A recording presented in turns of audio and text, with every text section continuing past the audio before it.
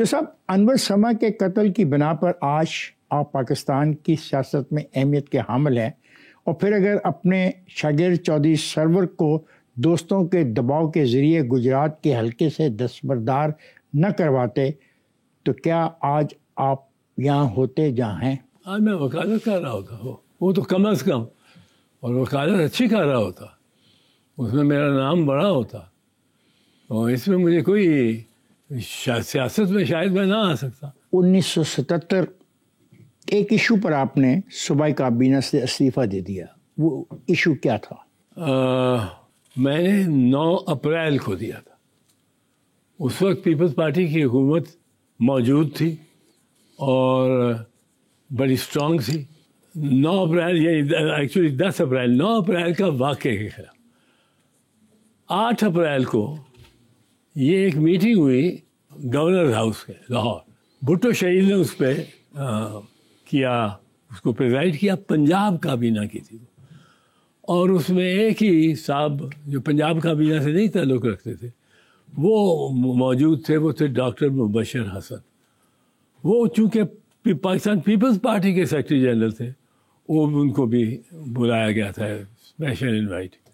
وہاں بریگیڈیئر مظفر ملک جو chief secretary تھے اور آئی جی چودھری فضل حق تھے، انہوں نے ایک پلان پیش کیا کہ یہ 8 اپریل کو کہ 9 تاریخ کو جب پنجاب اسمبلی نے ملنا ہے تو پی این اے نے اعلان کر دیا تھا ہم نے کسی کو داخل ہی نہیں ہونے دینا، تو ان کو سیکیورٹی کا پلان جو تیار کیا بریگیڈیئر مظفر ملک نے اور چودھری فضل حق نے، وہ پیش کیا گیا۔ وہاں ایک چارٹ دیوار پہ لگا ہوا تھا، بڑا بورڈ، بڑی اسکیل پہ، اور اس میں یہ تھا کہ کیا کرنا ہے ریاست نے۔ وہ گول دائرہ بنا تھا، منٹگومری روڈ، یہ ایجرٹن روڈ، ڈیوس روڈ، مال روڈ، جہاں آباری ہے اس سے، اور پیچھے جہاں الحمرہ 8 ہے وہاں سے وہ دائرہ اس نے ڈالا تھا، پورا لال لائن۔ اور انہوں نے کہا کہ پرائم منسٹر صاحب کو خطاب کرتے تھے سارے، ہی واز پریزائڈنگ، ہم یہ چاہتے ہیں کہ ہم اس سے اندر کسی نان ایم پی اے کو نہیں جانے دیں گے اس دائرے کے، پر ہمیں آپ سے اجازت چاہیے کابینہ سے بھی کہ ہم فورس میکسیمم یوز کر سکیں۔ اور میکسیمم یوز فورس کا تو مطلب ہے آپ کو پتہ ہی ہے، فائرنگ بھی کر سکیں کراؤڈ۔ لیکن فائرنگ کا لفظ استعمال ہوا تھا؟ ہاں، وہ میکسیمم فورس یا فائرنگ، یہ دونوں الفاظ استعمال ہوتے رہے، اس میں کوئی بات نہیں، کوئی شک نہیں تھا کسی کو۔ اب وہ یہ کہ استدعا کر رہے تھے، بھٹو صاحب نے خود کہا کہ انہوں نے فرمایا، بھٹو شہید نے، کہ یہ کرنا پڑے گا، یہ تو بہت پی این اے بڑھ رہی ہے، we can't allow that madness to prevail in the streets. اب اس کے بعد انہوں نے رائے لینا شروع کی۔ میں تو جونیئر موسٹ تھا وزیر، تو میری باری سب سے بعد میں آئی۔ سب نے وہاں کہا کہ سر آپ ٹھیک فرما دیں، یہ ہمیں کرنا پڑے گا، we can't let the government go down like this, بندے لے آؤ، 2000 بندہ لے آؤ، 6000 بندہ لے آؤ اور گورنمنٹ کو ختم کر دو۔ سب نے انڈورس کیا۔ مجھے جب میری باری آئی تو میں نے کہا جی یہ سب کی متفقہ رائے ہے، اس سے میرا گریز کرنا یا اختلاف کرنا شاید مناسب نہیں، پر میں آپ کو یہ تجویز ضرور دینا، I want to suggest to you, انگریزی میں بات ہوئی، I would like to suggest کہ the use of this maximum force should be denied.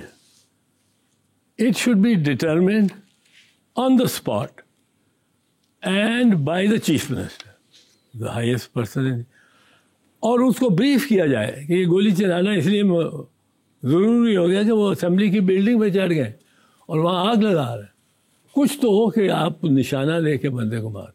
Bhutto صاحب نے پوچھا کہ اگر یہ نہ ہوا تو کیا ہوگا تو آپ کی رائے میں نے کہا جی مجھے فکر ہے کہ if we use the strong arm، میں سجیسٹ کروں گا the strongest arm will prevail. مجھے دیکھ کے سب برہم ہوئے اور بڑا انہوں نے تحکمانہ انداز میں، ان کا حق تھا ویسے تحکمانہ کا، اس سے مجھے اختلاف نہیں. انہوں نے کہا کہ تم یہ سمجھتے ہو کہ گورنمنٹ کو یہ بچانے کا راستہ ہے. They'll run all over the place if we don't allow the police to fire. Let the senior policemen there make the judgment. میں نے کہا جی یہ آپ ٹھیک ہے فرما رہے ہیں، let the senior policemen there make the judgment. پر یہ ہمیں اس کو is subject to this caution اجازت دینی چاہیے، ورنہ نہیں ہے. ٹھیک.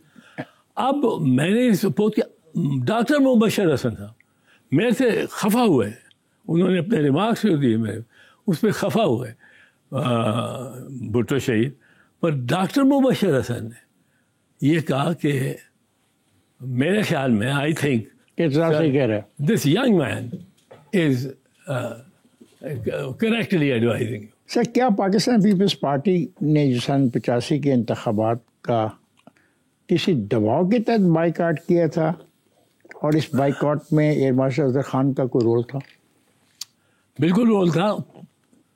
23 کچہری روڈ ایبٹ آباد میں یہ میٹنگ ہوئی تھی، میں اس میں موجود تھا، اور اس میں بھی یہ اوپینین غالب اوپینین تھی کہ ہمیں الیکشن لڑنا چاہیے. غالب اوپینین لڑنا چاہیے جو اگر لی جائے، یہ نہ دیکھ کے کہ یہ نوابزادہ نصر اللہ ہے، یہ بزینجو صاحب ہے، یہ اگر نہ دیکھو تو اگر غالب اوپینین وہاں نیومیریکلی دیکھو تو غالب اوپینین تھی الیکشن لڑنا چاہیے.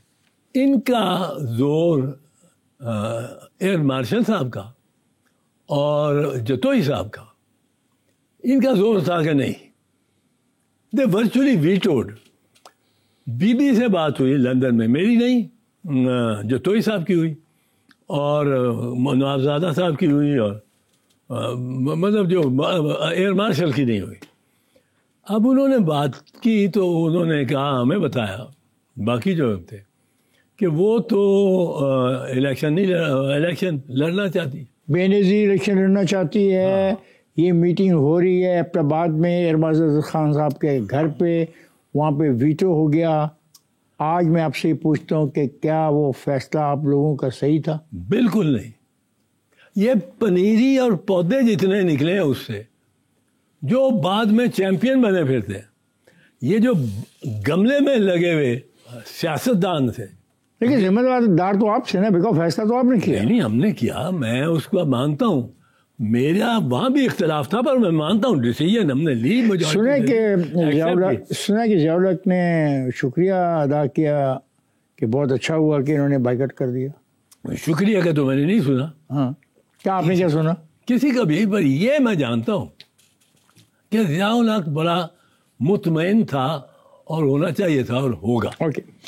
1988 کے انتخابات میں کیا اسٹیبلشمنٹ اور پیپلز پارٹی کے درمیان کوئی سمجھوتا طے پا گیا تھا، اور کیا آپ اس سمجھوتے کی ڈرافٹنگ میں شامل تھے؟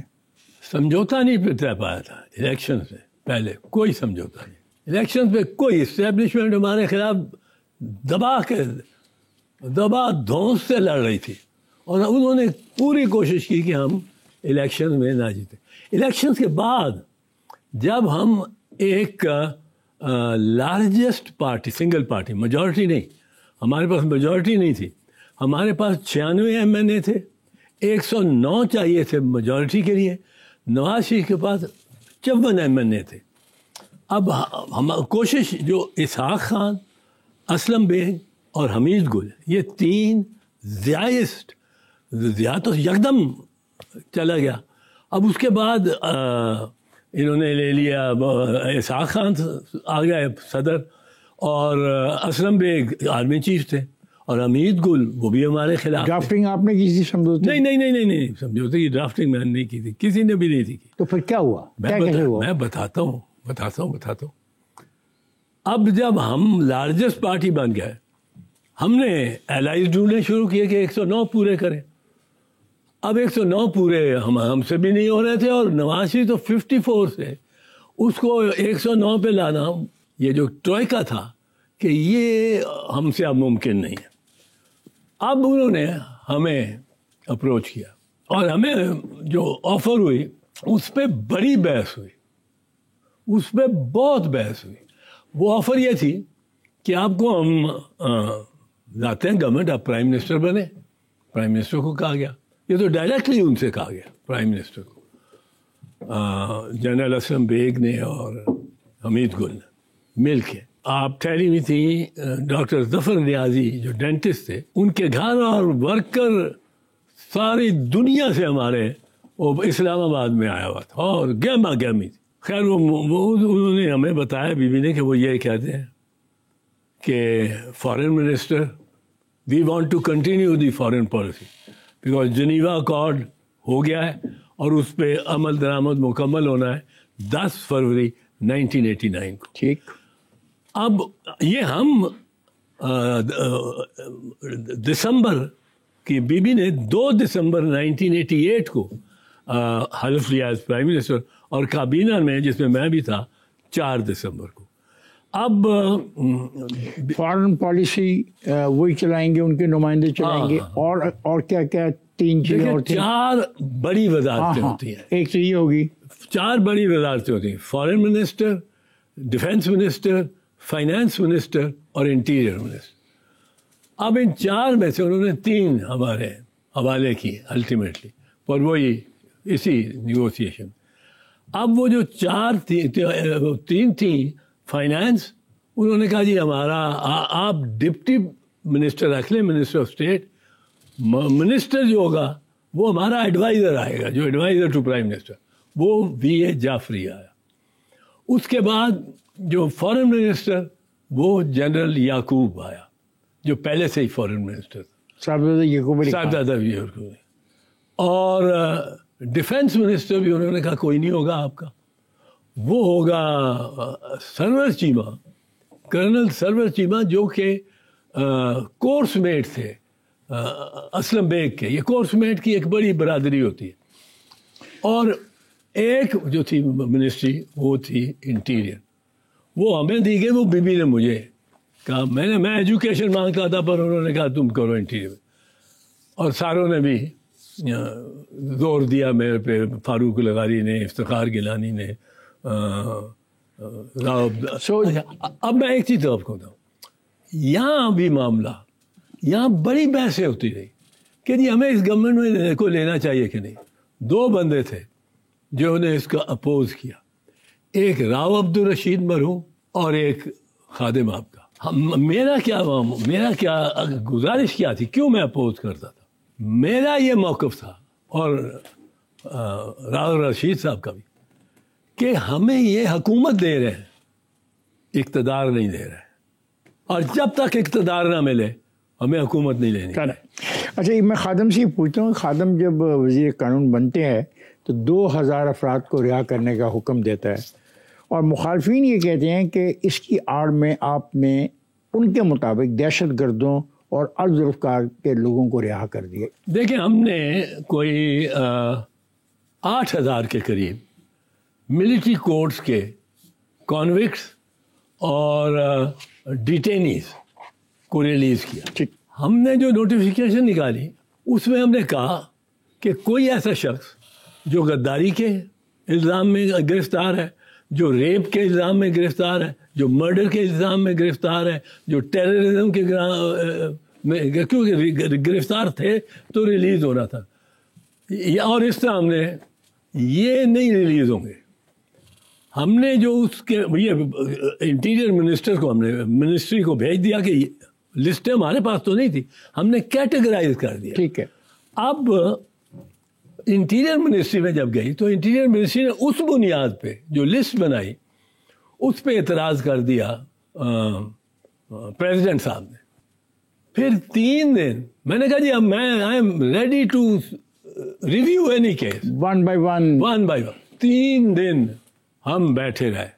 وہ 8000 کے کتنوں کی لسٹ جو تھی وہ دیکھی. اس میں سے سارے جو بھی ان کو جنہوں نے اعتراض کیا سوائے چند جن کو میں جانتا تھا, وہ ہمارے دھرم پورے کا بچہ لڑکا تھا, وہ اس بیچارے کی بہنوں کو اٹھایا ہوا انہوں نے. آپ نے جو لسٹ پہ اعتراضات آئے اس کو ختم کر. ہاں. اچھا, ایک چیز عرض کر دوں پہلے کہ وہ جو لسٹ پہ لسٹ فائنلی جو ایشو ہوئی اور جس پہ ریلیز ہوئے, اس پہ اسحاق خان صاحب کے دستخط تھے.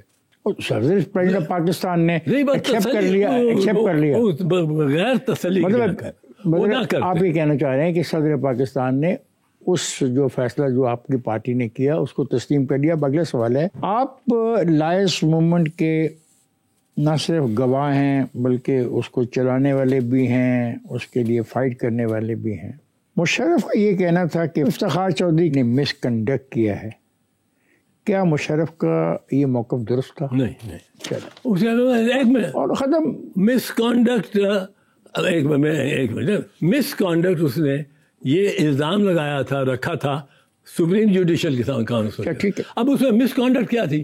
اس میں مس کانڈکٹ تھی کہ اس نے ایک جہاز لے کے وہ مس کانڈکٹ نہیں تھا آپ کے نزدیک. مشکل نہیں. آپ افتخار چودھری کے موقف کے حامی تھے کہ وہ جسٹس جاوید اقبال, عبدالحمید ڈوگر اور افتخار حسین پر دباؤ ڈالنے کے لیے مطالبہ کر رہے تھے کہ اگر ان ججز نے معذرت یا سپریم جوڈیشل کونسل میں بیٹھنے سے انکار نہ کیا تو ہم ان کے خلاف ثبوت لے آئیں گے. اس تحریک سے وابستہ افراد کو عدلیہ پر یقین تھا, نہ کسی اور ادارے پہ. تو پھر وہ انصاف کی توقع کیسے کر رہے تھے؟ ہمارا کہنا بڑا سمپل تھا. جاوید اقبال اور عبدالحمید ڈوگر یہ سپریم جوڈیشل کاؤنسل میں کے ممبر تھے بنے بیٹھے. ہمارا کہنا تھا کہ دیکھو آپ کا انٹرسٹ ہے ایک ڈائریکٹ, اگر افتخار محمد چودھری ڈسکوالیفائی ہو جاتا ہے اور پرویز مشرف کا اقدام جائز قرار دیتے ہوتے ہیں تو آپ دونوں باری باری چیف جسٹس بنیں گے. تو سب